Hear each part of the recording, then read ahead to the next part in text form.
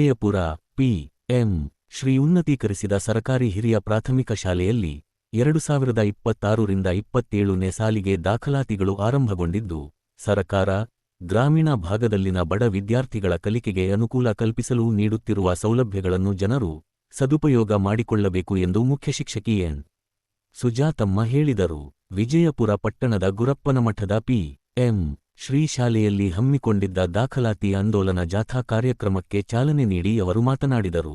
ಕೇಂದ್ರ ಸರಕಾರದಿಂದ ಪುರಸ್ಕೃತವಾಗಿರುವ ಶಾಲೆಯಾಗಿದ್ದು, ಎಲ್.ಕೆ.ಜಿ. ಯಿಂದ 8ನೇ ತರಗತಿಯವರೆಗೆ ಕನ್ನಡ ಮತ್ತು ಆಂಗ್ಲ ಭಾಷಾ ಮಾಧ್ಯಮದಲ್ಲಿ ಬೋಧನೆ ನಡೆಯುತ್ತದೆ. ಶಾಲೆಯಲ್ಲಿ ಹೆಚ್ಚಿನ ಅನುಭವವುಳ್ಳ ಶಿಕ್ಷಕರಿದ್ದು, ಎಲ್ಲಾ ಮಕ್ಕಳಿಗೂ ಗುಣಾತ್ಮಕ ಶಿಕ್ಷಣ ಒದಗಿಸುವುದು, ಟ್ಯಾಬ್ಗಳನ್ನು ಬಳಕೆ ಮಾಡಿಕೊಂಡು ಬೋಧನೆ, ಉಚಿತವಾಗಿ ಸಮವಸ್ತ್ರ, ಟೈ, ಬೆಲ್ಟ್ ವಿತರಣೆ, ಗುರುತಿನ ಚೀಟಿ, ಪಠ್ಯಪುಸ್ತಕ, ಶೂ ಸಾಕ್ಸ್, ಮಧ್ಯಾಹ್ನದ ಬಿಸಿಯೂಟ, ಕ್ಷೀರಭಾಗ್ಯ ಯೋಜನೆ, ಮೊಟ್ಟೆ, ಬಾಳೆಹಣ್ಣು, ಬ್ಯಾಗ್, ನೋಟ್ ಪುಸ್ತಕಗಳು ಹಾಗೂ ಕಲಿಕಾ ಸಾಮಗ್ರಿಗಳನ್ನು ಉಚಿತವಾಗಿ ವಿತರಣೆ ಮಾಡಲಾಗುತ್ತದೆ. ಒಳಾಂಗಣ, ಹೊರಾಂಗಣ ಕ್ರೀಡೆಗಳು, ಸೇವಾದಳ, ಸ್ಕೌಟ್ಸ್ ಅಂಡ್ ಗೈಡ್ಸ್, ಆಪ್ತ ಸಮಾಲೋಚನೆ ಮಾಡಲಾಗುತ್ತದೆ.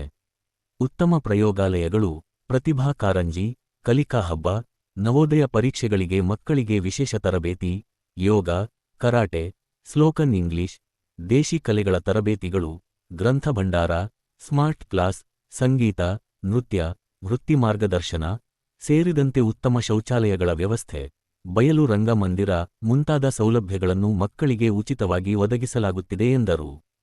ಪೋಷಕರು ತಮ್ಮ ಮಕ್ಕಳನ್ನು ಶಾಲೆಗೆ ದಾಖಲು ಮಾಡುವ ಮೂಲಕ ಅವರ ಗುಣಾತ್ಮಕ ಶಿಕ್ಷಣಕ್ಕೆ ಹೆಚ್ಚಿನ ಆದ್ಯತೆ ನೀಡಬೇಕು ಎಂದು ಮನವಿ ಮಾಡಿದರು. ಮನೆಗೆ ಶಾಲಾ ಸೌಲಭ್ಯಗಳ ಕುರಿತ ಕರಪತ್ರಗಳನ್ನು ವಿತರಣೆ ಮಾಡಿದರು. ಶಾಲೆಯ ಶಿಕ್ಷಕಿಯರಾದ ಮಂಜುಳಾ, ಕುಮಾರಿ, ಶ್ರೀನಿವಾಸ್ ಮುಂತಾದವರು ಹಾಜರಿದ್ದರು.